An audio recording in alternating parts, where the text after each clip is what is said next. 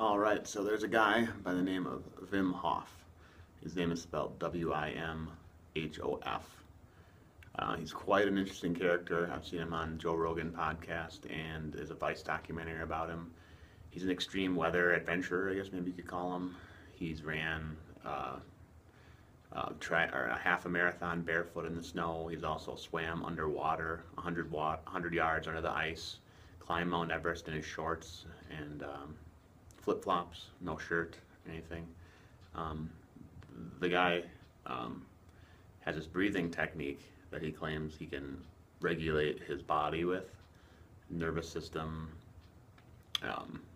temperature, kind of like an internal moderation of his body temperature that allows him to achieve these feats. And he has this breathing technique that he says allows him to do that. I've been doing it for the last couple weeks, and I have to say I'm a big fan. The basic concept of it is to breathe, like hyperventilate basically for 30 seconds to 45 seconds, and then after that you breathe out all your air and just be still, basically, is what it seems like to me. You just hold your breath then for as long as you can. So 30 minutes of hyperventilation, and then as long as you can hold your breath safely. And you really get, I've also done some cold water experimentation with my brother Mark. My parents and I have a sauna.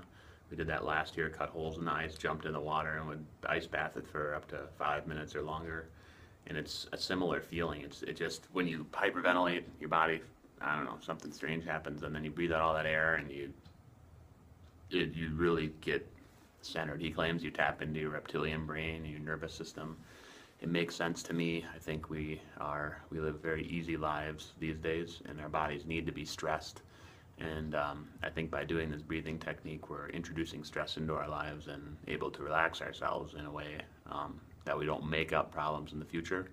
And maybe we can open up the other pathways and a new connection with your mind and body that you haven't before. But to not get too woo-woo, it just feels good. And I like it. If nothing else, it's having a practice every day, exerting your willpower, which is powerful. So I'm going to go ahead and demonstrate that technique for you. Belly breathing is an aspect of that, and a lot of different yogas. So the idea is to breathe into your belly instead of using your chest.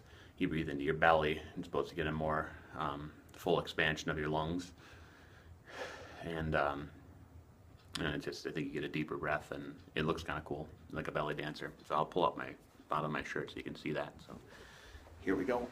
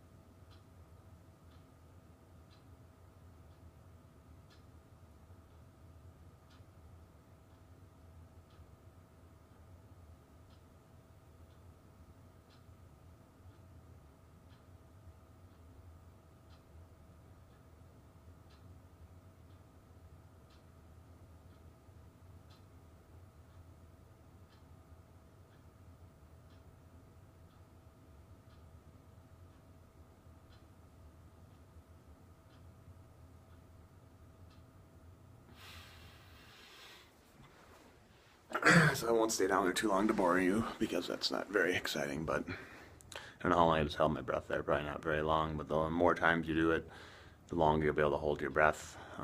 So obviously something's going on there. I usually do it 3 times a day. I don't know if Vim has a technique out there, I'm sure that he lays out, but my advice would be to do what feels good and what feels right for you. I've you really do feel all the sensations in your body when you're laying back there. It's weird things happen when you hyperventilate. Like I get a little bit if I can feel it in my shoulders. And then when I'm breathing out, like I said, you're just still, and I feel like you're in an intense meditative state. It's almost like